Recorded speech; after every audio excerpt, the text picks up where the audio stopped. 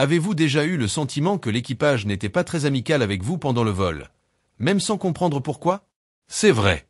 Il y a des choses que les hôtesses de l'air ne supportent tout simplement pas, et dont presque personne n'en parle. De petits comportements qui vous paraissent normaux, mais qui, en cabine, provoquent une irritation immédiate. Aujourd'hui, vous découvrirez ce qui dérange réellement les professionnels qui sont là, à quelques centimètres de vous, pour veiller à votre sécurité et qui, souvent, ne gardent le sourire que par obligation. Certaines de ces attitudes sont si courantes que vous les avez probablement déjà adoptées, sans même vous en rendre compte. Et à la fin, on comprendra pourquoi certains passagers reçoivent un traitement différent, même s'ils paient le même tarif. On commence.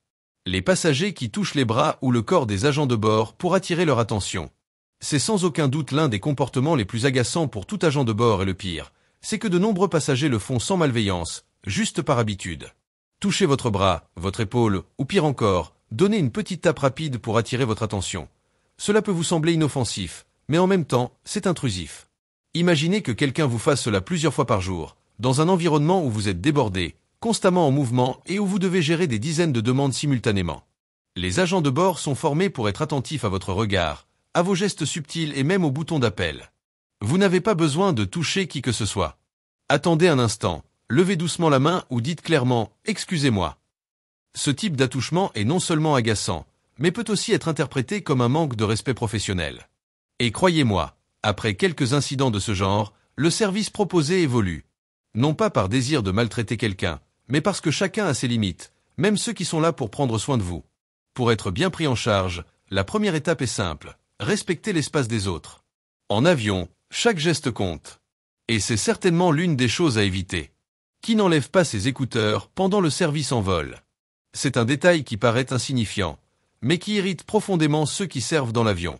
Imaginez la situation. L'hôtesse de l'air s'approche avec le chariot, sourit, vous demande ce que vous souhaitez boire ou manger, et la personne garde simplement son casque sur les oreilles, le regard perdu dans le vide, ou répond par un « parce qu'elle ne vous a même pas bien entendu. Parfois, elle doit répéter la même chose 2 ou 3 fois. Et sur un vol bondé, avec des horaires serrés, cela devient un stress inutile. Ce n'est pas seulement une question de politesse. C'est aussi une question d'agilité et de respect. Retirer son casque quelques secondes montre que l'on est présent, attentif et disposé à collaborer. Et les hôtesses de l'air le remarquent immédiatement. Au fait, saviez-vous que certaines personnes évitent d'offrir des cadeaux supplémentaires ou accordent plus d'attention à ceux qui ignorent ce type d'interaction? Eh bien, oui. Cela peut paraître idiot, mais ce simple geste peut déterminer le type de service que vous recevrez pendant le vol. Alors la prochaine fois, dès que le chariot s'approche, enlevez vos écouteurs, regardez l'hôtesse de l'air dans les yeux et répondez clairement point, vous verrez comment cela change complètement l'atmosphère du voyage et montre que vous êtes un passager qui sait vivre en harmonie à bord. Les gens qui se lèvent dès que l'avion atterrit et ignorent les instructions. C'est un classique, et aussi l'un des comportements qui exaspèrent le plus les hôtesses de l'air. L'avion a à peine touché le sol, le signal sonore de ceinture est toujours allumé, et pourtant, des passagers se lèvent déjà pour ouvrir le compartiment à bagages, comme dans une course contre la montre. Pour ceux qui travaillent à bord, ce n'est pas seulement irrespectueux, c'est dangereux. Oui, vraiment dangereux. Pendant le roulage, l'avion est toujours en mouvement et si un freinage brusque se produit, quiconque se tient debout peut être gravement blessé, voire provoquer des accidents avec d'autres passagers. C'est pourquoi l'équipage insiste tant. Gardez votre ceinture attachée jusqu'à la désactivation de l'alarme. Mais lorsque l'hôtesse de l'air doit tout interrompre pour demander aux passagers de se rasseoir, cela retarde le débarquement et accroît la tension à bord. Sans compter que, dans de nombreux cas, celui qui se lève tôt essaie encore de faire comme s'il n'avait pas entendu les instructions. C'est un détail qui ne prend que quelques secondes pour vous en dire long sur le type de passager que vous êtes. Respecter ce dernier instant du vol ne coûte rien et évite l'embarras. Au final, la précipitation d'une seule personne n'accélère rien. Elle ne fait que gêner le travail de ceux qui sont là pour s'assurer que tout le monde parte sain et sauf. Passagers laissant des déchets sur le siège ou sur le sol. C'est l'une des habitudes les plus frustrantes pour tout agent de bord, et malheureusement l'une des plus courantes. L'avion atterrit, les passagers descendent, et que reste-t-il? Serviettes froissées, emballage de snacks, gobelets vides, restes de nourriture par terre, et même des mouchoirs usagés dans la poche du siège.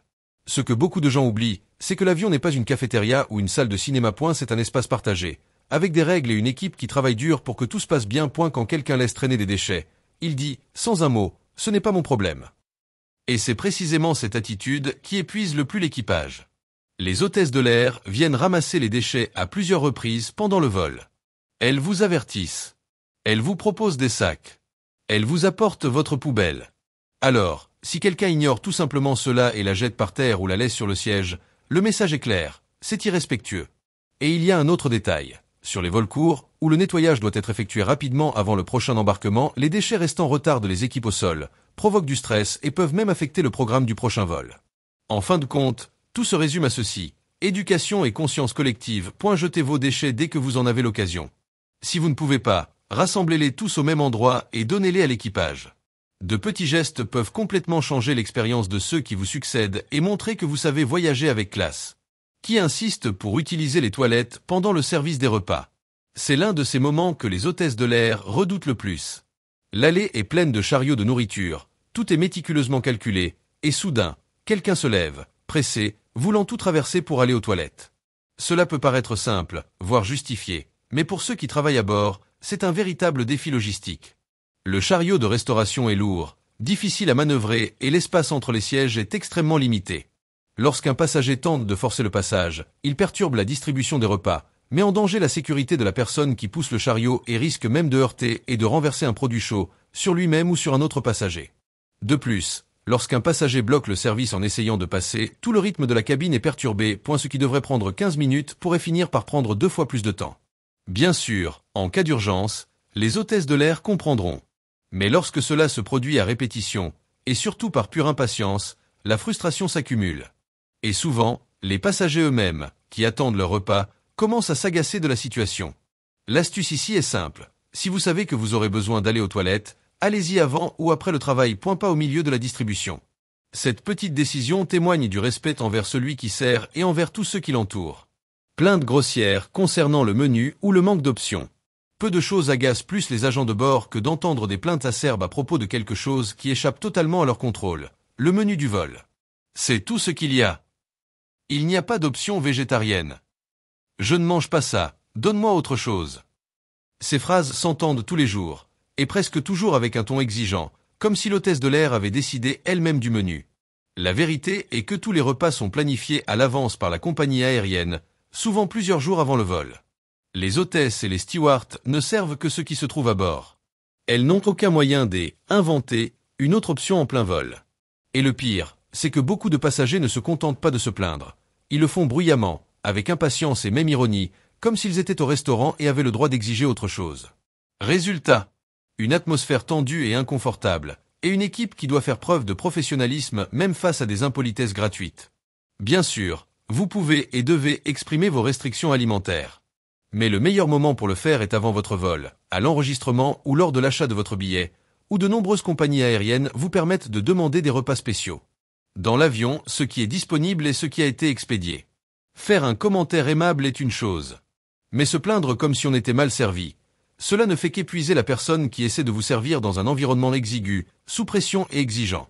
Au final, un simple « OK, merci quand même » vaut bien plus qu'une simple plainte. Et les hôtesses de l'air n'oublient pas ceux qui ont été polis avec elles, ou ceux qui ne l'ont pas été. Les passagers qui cachent des bagages supplémentaires dans le compartiment de quelqu'un d'autre. Ce comportement crée une confusion plus grande qu'on ne peut l'imaginer.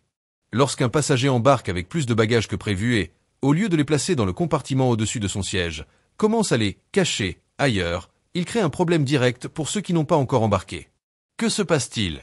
Le propriétaire du siège arrive, lève les yeux, et il n'y a plus d'endroit où ranger son sac.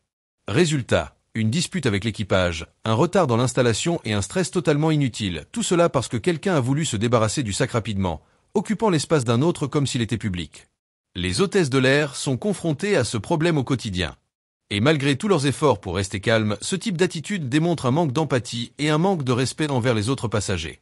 Votre bagage cabine doit, autant que possible, être rangé dans le compartiment au-dessus de votre siège. S'il ne rentre pas, prévenez l'équipage, il vous dépannera. Mais faire semblant de ne pas l'avoir vu, le cacher ou agir sournoisement, cela suscitera immédiatement l'antipathie de l'équipage et de votre entourage. Quiconque exige un changement de siège sans raison légitime. C'est une autre situation agaçante et fréquente. Le vol vient à peine de démarrer que des passagers demandent déjà « Je peux m'asseoir là-bas ?» ou « Échangez avec moi, je veux m'asseoir près du hublot », sans raison valable. Beaucoup pensent que c'est juste une question de sympathie, mais ce que les agents de bord savent, et voient tous les jours, c'est que devient généralement un désastre. La personne change, puis quelqu'un arrive en disant que c'était sa place. Ou bien le passager qui a cédé sa place le regrette en réalisant qu'il a été lésé.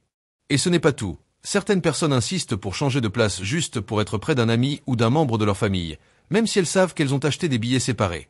Avez-vous déjà vu quelqu'un essayer de faire pression sur une autre personne avec des phrases comme « Tu peux changer, n'est-ce pas ? On est ensemble ». Eh bien, oui. Cela paraît poli, mais c'est souvent intrusif. Et les hôtesses de l'air finissent par devoir gérer la gêne qui en résulte. Bien sûr, il existe des situations légitimes. Une personne à mobilité réduite, des parents voyageant avec de jeunes enfants ou de véritables urgences. Dans ces cas, l'équipage fera tout son possible pour aider, mais quand il s'agit simplement d'un caprice ou d'une commodité, la demande devient gênante. Dans l'avion, chaque siège a été acheté, planifié et attribué. Changer de siège sans raison réelle, et même faire pression, témoigne d'un manque de considération envers autrui et complique le travail de ceux qui sont là pour maintenir l'ordre. Les personnes qui essaient de flirter de manière inappropriée. C'est l'un des comportements les plus gênants pour les agents de bord, surtout pour eux-mêmes. Nombreux sont ceux qui confondent amabilité professionnelle et intérêt personnel. Ce n'est que parce qu'une personne a souri, a été gentille ou a répondu poliment qu'ils se sentent libres de faire des blagues à double sens, des compliments déplacés ou même de poser des questions intimes. Et le pire, c'est que ça n'arrive pas qu'une fois. Sur chaque vol, il y a toujours un passager qui se sent trop à l'aise, comme dans un bar, et qui oublie complètement qu'il s'agit d'un environnement de travail. L'avion n'est pas un endroit pour flirter.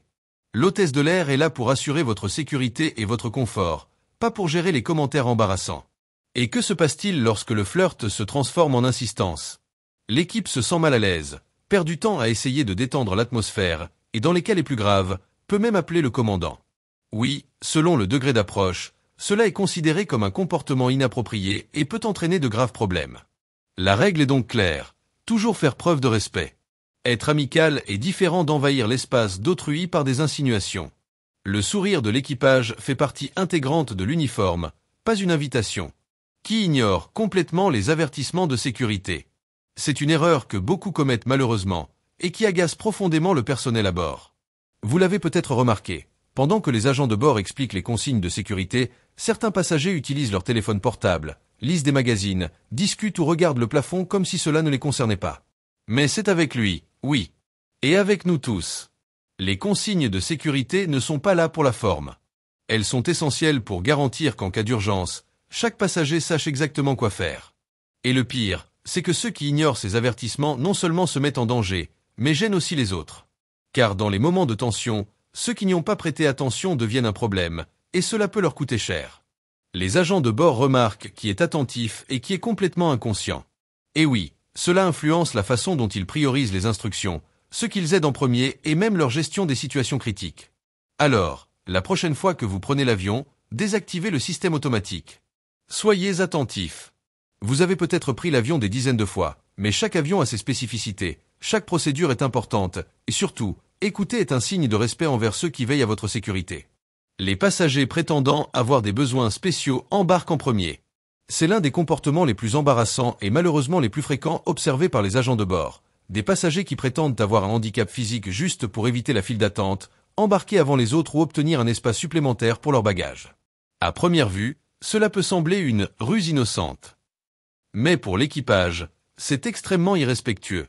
Et encore plus grave, enlève la place et la priorité à ceux qui en ont vraiment besoin, comme les personnes âgées, les personnes handicapées, les femmes enceintes ou les passagers ayant de réelles difficultés de mobilité.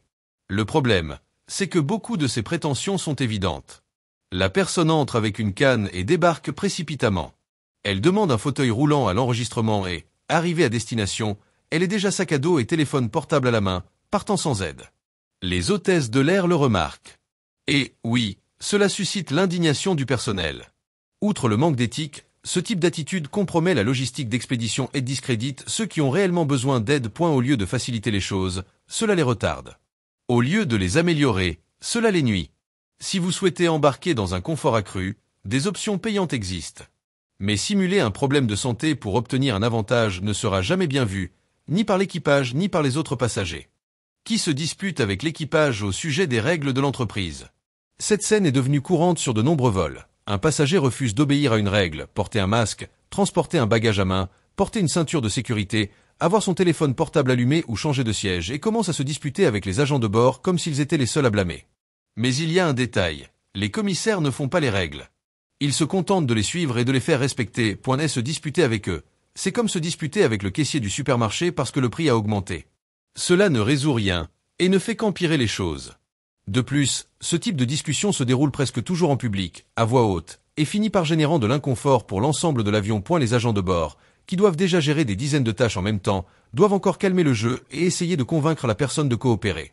Dans certains cas, lorsque la discussion dépasse les limites, l'équipage peut appeler le commandant de bord, ce qui peut entraîner des mesures graves, comme l'expulsion de l'avion ou même l'interdiction d'embarquer sur de futurs vols. L'astuce ici est simple. Vous n'aimez pas la règle? Très bien. Mais ne vous en prenez pas aux personnes qui travaillent. Il existe un centre de service client, un site web et la compagnie aérienne propose un support pour cela. À bord, l'équipage a autorité, et le respect doit primer sur toute indignation. Et maintenant, vous le savez, derrière chaque sourire d'un agent de bord se cache une routine intense, pleine de règles, de responsabilités, et bien sûr, de frustrations que beaucoup n'imaginent même pas. Éviter ces comportements n'est pas seulement une marque de politesse, c'est aussi un geste de respect envers ceux qui veillent à ce que votre voyage se déroule en toute sécurité et sans encombre. Si l'une de ces habitudes vous a surpris, tant mieux. Cela signifie que la vidéo a fait son effet. Maintenant dis-moi, avez-vous déjà été témoin de l'une de ces situations lors d'un vol, ou peut-être avez-vous déjà commis l'une de ces erreurs sans vous en rendre compte? Écrivez-nous dans les commentaires ci-dessous, nous en parlerons. Et bien sûr, si vous aimez le contenu qui montre la face cachée du voyage et révèle ce que personne n'a le courage de dire, abonnez-vous à la chaîne maintenant et activez la cloche. Nous vous en dévoilerons bien d'autres dans les prochaines vidéos, à ne pas manquer. On se retrouve pour le prochain envoi.